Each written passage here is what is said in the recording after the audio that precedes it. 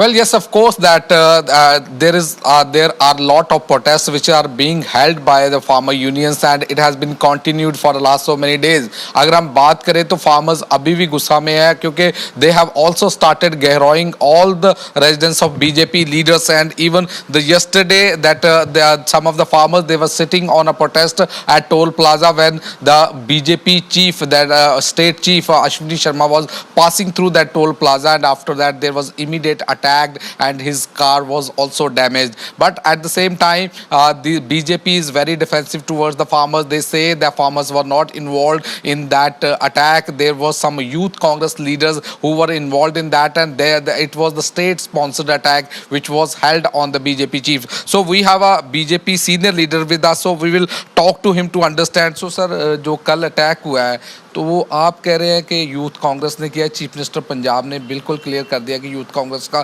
कोई नहीं, तो अभी तो सीसीटीवी भी आ गई है, तो कहीं ना कहीं आपको लगता नहीं कि बीजेपी बैक फुट पे है फार्मर्स को लेके? नहीं, बीजेपी बैक फुट पे नहीं। देखो, किसान हमारा अन्नदाता है और उसके मोदी जी भी उसको नमन करते हैं, भाजपा भी करती है, सरकार भी करती है और मैं खुद भी किसान का ही बेटा हूँ। तो किसान हमारी आर्थिकता का आधार है।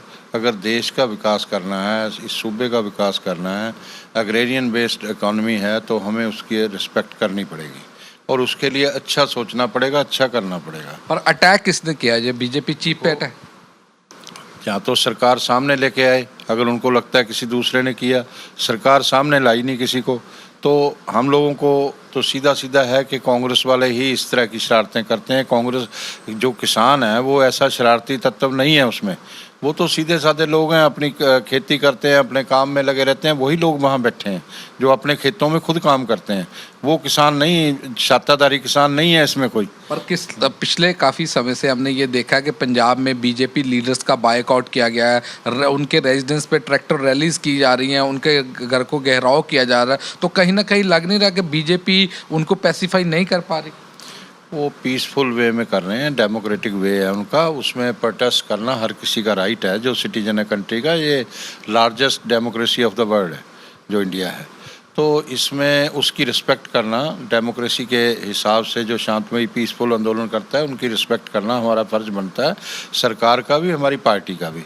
तो उसमें वो प्रोटेस्ट कर सकते हैं, हमारे घरों का भी घेराव कर सकते हैं, उनको हम कोई बुरा नहीं मान रहे।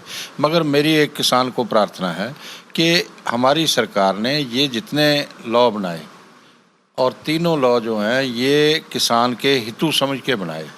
अगर उनको लगता है कहीं ना कहीं कोई दिक्कत है तो वो जाके सरकार से, उनका समय तय हो गया, दूसरी बार भी हो गया, वो जाके उनके साथ बैठें, उनसे चर्चा करें सरकार से।